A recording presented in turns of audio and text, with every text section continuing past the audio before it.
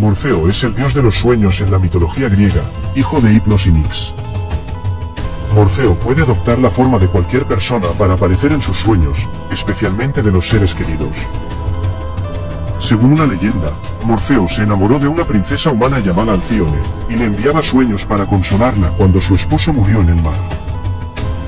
Zeus se enfadó con Morfeo por interferir en los asuntos humanos, y lo castigó por revelar secretos a través de los sueños. Los médicos griegos rendían culto a Morfeo en los templos de Asclepio, donde inducían el sueño con rituales.